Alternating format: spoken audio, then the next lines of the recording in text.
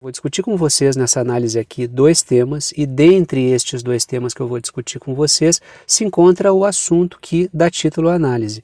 E qual é o assunto que dá título à análise? É o fato do Benjamin Netanyahu ter possibilidades de voltar ao poder em Israel. Por que essa discussão é importante? Porque a gente entende, primeiro, a atual situação política que Israel vive, como anda o atual governo do Naftali Bennett, que foi um governo que desde o início eu falei que teria vários problemas, e segundo, que a gente entende o possível retorno do Benjamin Netanyahu em circunstâncias geopolíticas bastante tumultuadas. Israel batendo de frente com o Líbano, Israel batendo de frente com o Irã. Claro, isso faz parte da história de Israel, mas o atual momento ele é bastante tenso, então é importante refletir sobre o que significaria o retorno do Benjamin Netanyahu ao poder em Israel neste atual momento. Primeira coisa importante, não sou nenhum entusiasta do Benjamin Netanyahu, mas quando o Benjamin Netanyahu saiu do poder, eu frisei aqui no canal. A tendência do governo Naftali Bennett é ser um governo bastante problemático. E logicamente que por falar isso, várias pessoas vieram aqui me colocar no time dos torcedores do Benjamin Netanyahu, mas isso faz parte de quem tenta analisar friamente a situação. Não sou nenhum entusiasta do Benjamin Netanyahu. Então, este é um dos temas que eu vou discutir com vocês nessa análise de hoje. Quando eu entrar nos 6 pontos para discutir as minhas 6 anotações que eu faço todos os dias para a gente discutir, os 3 primeiros pontos são sobre essa questão do possível retorno do Benjamin Netanyahu ao poder, e o 4º, 5º e 6º pontos, que são o segundo momento dessa análise aqui, eu vou falar um pouquinho a respeito do Erdogan, o Erdogan, que é o líder político da Turquia, atritando com a Grécia, e o Erdogan, que é o líder político da Turquia, atritando com a Síria, e um posicionamento do Bashar al-Assad, que é o líder político da Síria, sobre o que o Erdogan tem feito. Então esses são os 2 temas que eu vou discutir com vocês hoje. Algumas notícias sobre Israel e algumas notícias sobre o comportamento do Erdogan, que é o líder político da Turquia. Então esses são os 2 temas que eu vou discutir com vocês nessa análise de hoje. Sempre importante fazer esse sumário aqui, sempre vou fazer, para dar um panorama do que eu vou discutir nos próximos momentos da análise. Coisas importantes sobre a questão de Israel. Aí a gente já começa a falar um pouquinho sobre a questão de Israel e eu já vou entrar nos 3 pontos daqui a pouco. No dia de ontem, não sei se o artigo é de ontem, tá? Eu sei que eu encontrei ele, eu não sei se ele é de ontem ou de anteontem. É um artigo recente do Think Tank, que é um centro... Think Tank é um centro de estudos e divulgação de ideias, tá? O Atlantic Council, que é um centro de estudos e divulgação de ideias ligado à OTAN, então é um centro de difusão ideológica da OTAN, produziu um artigo recente que eu encontrei no dia de ontem, acho que o artigo é de ontem ou de anteontem, que fala a respeito do retorno do Benjamin Netanyahu ao poder, e este é um dos motivos para eu estar fazendo uma análise sobre isso, porque me parece que o artigo ele também enviou alguns recados, e enviou inclusive um recado para o Naftali Bennett. Lembrem que tempos atrás eu já discuti aqui no canal um artigo do Council on Foreign Relations, que é um think tank ligado às oligarquias britânicas historicamente, inclusive é de onde emanam as ideias que são publicadas na revista Foreign Affairs, que é uma revista sobre geopolítica, sobre relações internacionais, né? Uma revista sobre relações internacionais. Vocês devem lembrar que eu discuti aqui no canal um artigo do Council on Foreign Relations a respeito de uma pressão sendo feita sobre o governo Naftali Bennett em função da forma como ele tem se posicionado de maneira frouxa em relação à Ucrânia. Então o governo Naftali Bennett tem problemas não só internos, como também sofre uma pressão externa em função da sua conduta geopolítica. Então vou discutir isso aqui com vocês quando eu entrar nos meus 6 pontos também, e 3 pontos são sobre Israel. O governo do Bennett tem problemas, primeiro porque ele vive uma crise interna. Desde o início o governo Bennett é um governo muito frágil em função de ser uma coalizão de grupos políticos muito diferentes. Inclusive tem grupos políticos muçulmanos no parlamento de Israel que dão lastro ao governo Bennett. Então, para o governo Bennett conseguir ter governabilidade, ele foi obrigado a montar uma espécie de colcha de retalhos política para conseguir governar. Então o cara conseguiu ele conseguiu literalmente para governar Israel, ele conseguiu algo do tipo 50% mais 1, entendeu? Então ele conseguiu formar maioria com muita dificuldade. Aí, ao longo do processo, o apoio do Naftali Bennett foi caindo, tanto é que é isso que o próprio artigo do Atlantic Council explora. Ao longo do tempo, o Naftali Bennett foi perdendo o controle da situação e foi perdendo o apoio de grupos que apoiavam ele. Então, na melhor das situações, segundo o próprio artigo do Atlantic Council, e é uma avaliação correta sobre como está o governo do Naftali Bennett, nos melhores dias o Naftali Bennett consegue ter um pouquinho menos da metade do parlamento, porque ele foi perdendo apoio no caminho, ou ele consegue ter metade e não consegue superar a oposição que consegue aglutinar a outra metade. Uma coisa que o artigo explora e adequadamente, inclusive, o artigo ele faz uma leitura muito realista a respeito da situação do Naftali Bennett. E a minha posição normalmente aqui é crítica em relação aos artigos do Atlantic Council, é fazer uma leitura crítica. E, logicamente, sempre que tu vai ler um artigo do Atlantic Council, faço uma leitura crítica. Mas muitas das coisas que os artigos do Atlantic Council trazem é uma leitura realista da realidade.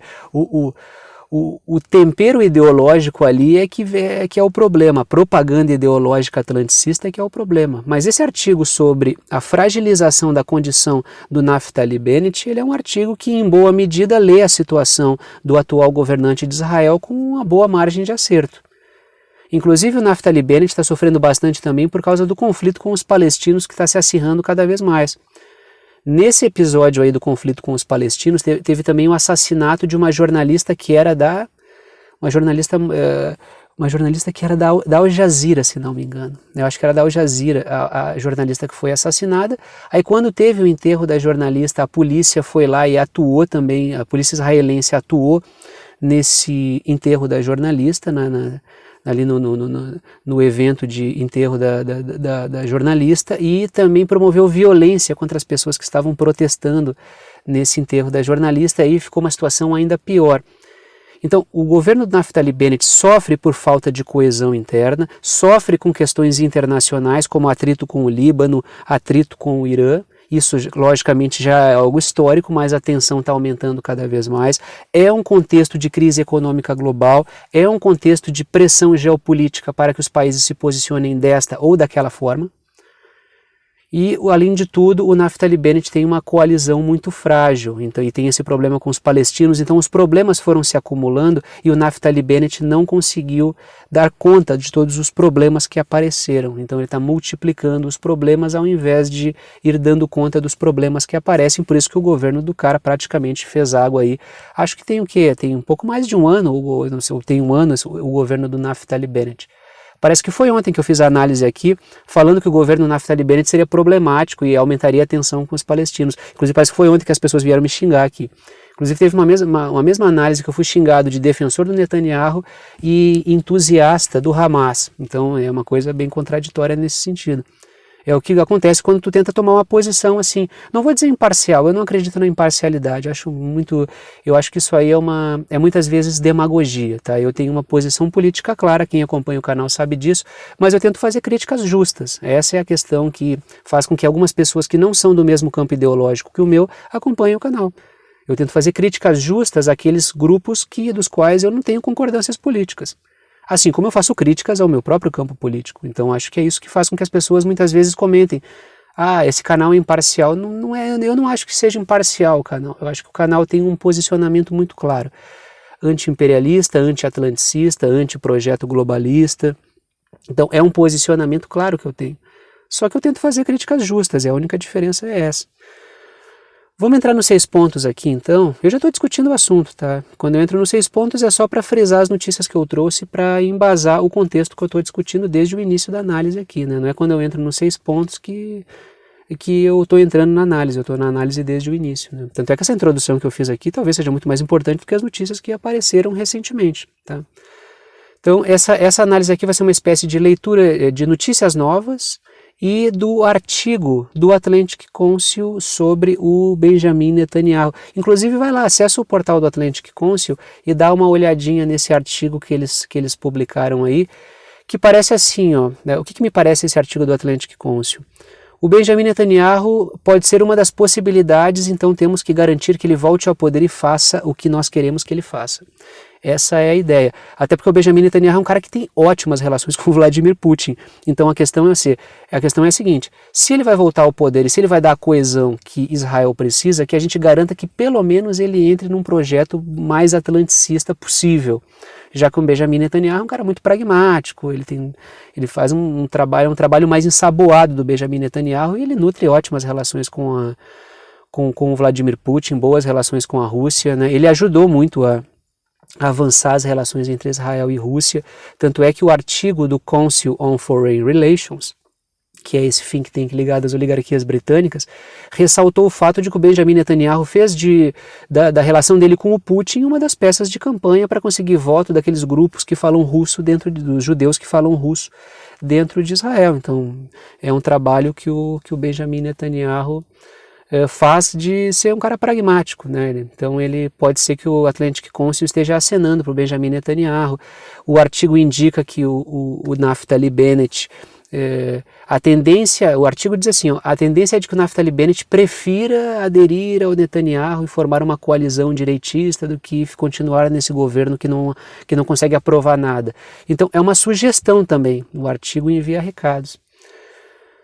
Primeiro ponto, então a minha primeira anotação é a seguinte, em um artigo recente o Atlantic Council fala sobre o retorno do Benjamin Netanyahu ao poder, tanto é que o artigo coloca assim, eu acho que logo no início, que algumas pessoas dentro de Israel, alguns políticos de Israel já falam que o Benjamin Netanyahu não é uma questão de si, mas é uma questão de quando.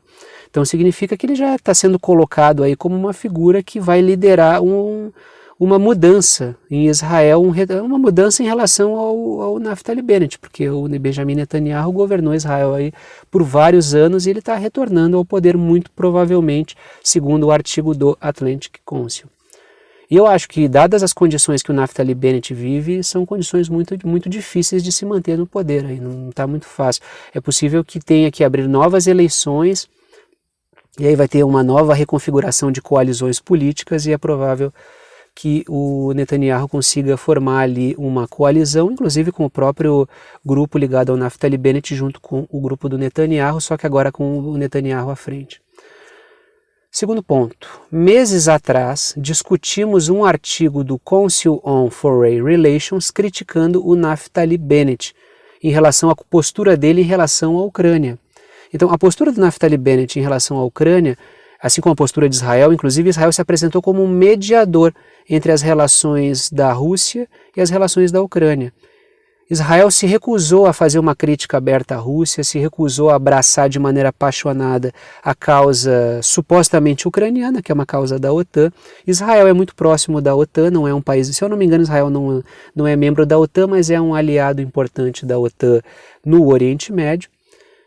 Só que Israel toma a seguinte posição, que é de tentar manter um pé em cada canoa. Uma boa relação com a Eurásia, inclusive está melhorando bastante nos últimos anos as suas relações com a China, embora com alguns atritos recentes, e tem boas relações com a Rússia. Mas também tem, logicamente, como todo mundo sabe, boas relações econômicas com o Ocidente. Então a posição de Israel é ficar com relações com a bolha ocidental, mas nutrir boas relações com a bolha eurasiática. Isso está incomodando bastante o atlanticismo, porque não é o tipo de posição que as oligarquias financeiras transnacionais esperam do Estado israelense. Mas, então, existe uma carga sobre o Naftali Bennett. O que eu acho é que o retorno, logicamente que o achismo a gente pode achar tudo é fácil, né? Eu acho que o retorno do Benjamin Netanyahu não vai fazer com que Israel dê uma guinada atlanticista. Eu não acho muito provável, mas é possível que o atlanticismo esteja tentando flertar com o Netanyahu para apoiá-lo para um retorno, para que ele consiga fazer acenos mais claros ao atlanticismo, o que eu não sei se ele vai fazer também. Terceiro ponto, Israel está numa escalada de tensão com o Líbano por causa da questão do gás, tema que eu discuti esses dias com vocês, e com o Irã por causa da questão nuclear, tema que eu também discuti com vocês aqui no canal. A questão é, como será o retorno do Benjamin Netanyahu se isso acontecer? Segundo o artigo do Atlantic Council, é uma questão de quando e não uma questão de si. Então, quando o Netanyahu voltar, como será um segundo governo Netanyahu aí? É isso que a gente tem que pensar, e eu deixo a pergunta no ar, que se vocês quiserem comentar aí, discutindo um possível retorno, qual vai ser a cara que Israel terá com o retorno do Benjamin Netanyahu, por favor, podem comentar. E os comentários são muito bons, né? Sempre que tem alguém novo que chega e fala, pô, que legal, os comentários aqui são muito... Aprendo um monte nos comentários. As pessoas que comentam aqui são... Essa caixa de comentários aqui é uma conquista coletiva, né? É logicamente minha, que sou o cara que toca à frente do canal, mas de vocês também que fazem ótimos comentários aí, respeitosos, divergem dentro de um respeito enorme. E é uma coisa raríssima, né? Na rede, assim, ler caixa de comentário, cara, assim, eu não leio mais, entendeu? Eu não leio mais caixa de comentário, faz mal para o nosso coração. Os comentários, eles parecem assim, um resumo do Twitter. O Twitter, assim, eu entro no Twitter, cara, chega a me dar até taquicardia, assim, de irritação que me dá. O cara vai ver as discussões da esquerda, fica irritado, vai ver as discussões da direita, fica irritado. Então, é uma coisa que faz mal pra gente, assim, até porque não tem discussão informativa. Ali eu acho o Twitter muito, assim, muito destrutivo, assim, entendeu? Boa parte das vezes o cara entra ali e sai mais irritado, não sai informado, né? É uma deformação é um trabalho de guerra cognitiva pesada ali que tem no Twitter para formar uma subjetivação bem nociva para uma discussão de caráter nacional mesmo, né? Uma questão de divisão pesada ali, uma polarização muito pobre também, né? Então, bom, deixa eu entrar no quarto, quinto e no sexto pontos aqui, que o meu outro tema do dia é a questão da internet e o atlanticismo interessado em salvaguardar a liberdade da internet, o que faz com que a gente fique apavorado. Então é o tema da outra análise, não vou falar de internet aqui. Quarto ponto, Bashar al-Assad. Então vamos falar um pouquinho sobre a Síria, o Erdogan, a Grécia e assim por diante. Na verdade o tema é o Erdogan, que está aí aproveitando o ensejo para aprontar várias, né? Quarto ponto, o Bashar al-Assad falou que confrontará a Turquia por causa das suas incursões na Síria. O que eu tenho discutido aqui no canal? Segundo o Erdogan, ele está fazendo incursões na Síria, assim como está promovendo operações militares no Iraque para combater grupos curdos. Só que segundo o governo da Síria, isso não é a primeira vez que acontece, o governo sírio acusa que o Erdogan está utilizando o discurso de combate ao terrorismo curdo para conseguir avançar sobre o território sírio e sobre o território do Iraque. E logicamente que o Erdogan é um cara que ele aproveita o fato do Vladimir Putin estar envolvido num conflito com a Ucrânia para que ele possa promover mais operações na Síria, já que o governo do Bashar al-Assad ele é muito próximo do governo do Vladimir Putin. Então o Bashar al-Assad é uma figura próxima do Putin, a Rússia deu um apoio estratégico enorme para a Síria para enfrentar todas as operações estrangeiras dentro da Síria. E como Vladimir Putin está envolvido com a Ucrânia e necessita, de certa forma, de um apoio turco na questão da Ucrânia, até porque a Turquia tem tido um posicionamento que não favorece o atlanticismo, então o Erdogan aproveita esse ensejo para poder se posicionar, sabendo que as críticas a ele vão ser menores, as retaliações vão ser menores, porque a OTAN e o Putin estão envolvidas num conflito direto entre si. Aí o Erdogan aproveita essa situação, flerta com os dois lados e tira vantagem para si. Então é um governante habilidoso, ele tira vantagens para os seus interesses das situações e é isso que se espera realmente de um estadista. Muito embora, logicamente, eu não apoie em nenhum sentido incursões turcas dentro do território sírio. Tá? A Síria já tem bastante problemas e a Turquia tende a ser mais um. Quinto ponto. O Erdogan alertou a Grécia, então vamos falar agora, então, Erdogan com a Síria, e podem pesquisar aí na rede sobre a questão das incursões turcas e das operações turcas na Síria, vocês vão ver que não é de hoje, tá? Tem várias operações turcas aí na Síria e vários posicionamentos do governo sírio criticando o Erdogan por isso. Quinto ponto. O Erdogan alertou a Grécia sobre os seus avanços militares no mar Mediterrâneo. Repito, o Erdogan alertou a Grécia sobre os seus avanços militares no mar Mediterrâneo. Tiago, eu não estou conseguindo visualizar. Mapinha, abre o mapinha, dá uma olhada onde fica a Turquia, dá uma olhada onde fica a Grécia, dá uma olhada ali no contexto do mar Mediterrâneo, aquele contexto das ilhas que ficam entre a Grécia e a Turquia. Dá uma olhada onde fica a Turquia, dá uma olhada onde fica a Síria, então é importante visualizar isso, aí tu vai entender a gravidade do processo. Assim como o Erdogan, o Erdogan também criticou, não criticou só o avanço militar grego no Mediterrâneo, ele também criticou o aumento de bases norte-americanas na Grécia. Então o Erdogan é um cara que faz parte da OTAN, está dentro de um grupo atlanticista, que é a OTAN, só que ele nutre alguns atritos com este grupo. A Grécia também está dentro da OTAN, diga-se de passagem. Então tem questões regionais que são relevantes, precisam ser levadas em consideração.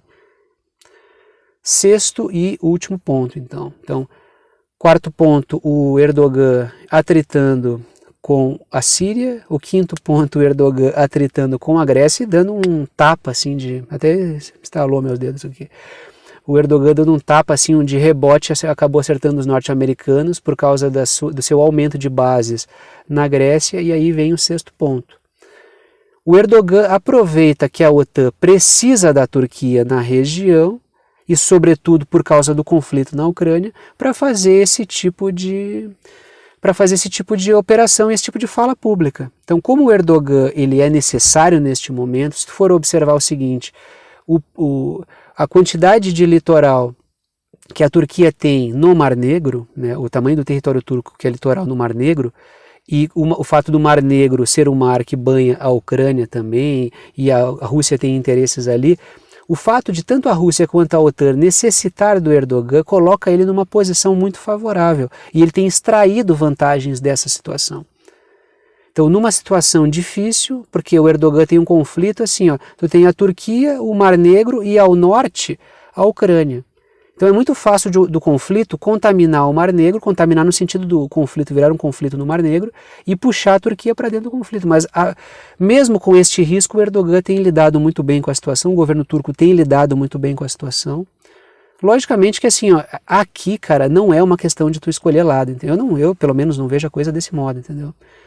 Porque senão num dia tu vai dizer, nossa, o Erdogan é o máximo, no outro dia, nossa, o Erdogan é um merda. Não é bem por aí.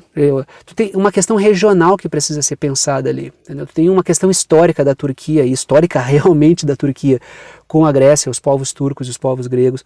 Tu tem uma questão da Turquia com a Síria. Então são relações regionais, que muitas vezes elas extravasam a questão de ser atlanticismo ou não ser atlanticismo. Tanto é que a Grécia faz parte da OTAN, a Turquia faz parte da OTAN e os Estados Unidos faz parte da OTAN, e tem um atrito aí entre Grécia e Estados Unidos e Turquia na questão do Mediterrâneo. Então tem que ver ponto por ponto para entender esse processo como um todo. Então, dito isso, vou parando por aqui. Gostou da análise, gostou do canal, quer saber como apoiar esse canal independente? Todas as formas de apoio estão na descrição aqui embaixo. Agradeço a todos que apoiam e mantêm esse trabalho diário funcionando. Se não fosse o apoio financeiro, não teria esse trabalho aqui todos os dias, então sempre faço questão de agradecer. Quer apoiar financeiramente o canal? Pode ser feito via Apoia-se, boleto ou cartão, no valor que vocês quiserem, é um apoio solidário, não coloco nenhum valor. Apoia quem pode, apoia quem quer, e o conteúdo é aberto para todo mundo. E o link do Apoia-se está na descrição aqui embaixo, mas é www.apoia.se/verdade concreta. Ou tu pode ajudar pelo Pix também com o valor que tu quiser, é um apoio solidário, repito. E a chave Pix é uma chave de e-mail, a chave Pix está certinho aqui na descrição aqui embaixo do vídeo, mas tu pode acessar pelo Pix, acessar não, né? A chave Pix é pixverdadeconcreta@gmail.com, pixverdadeconcreta@gmail.com. Então, dito isso, vou parando por aqui e tchau para vocês.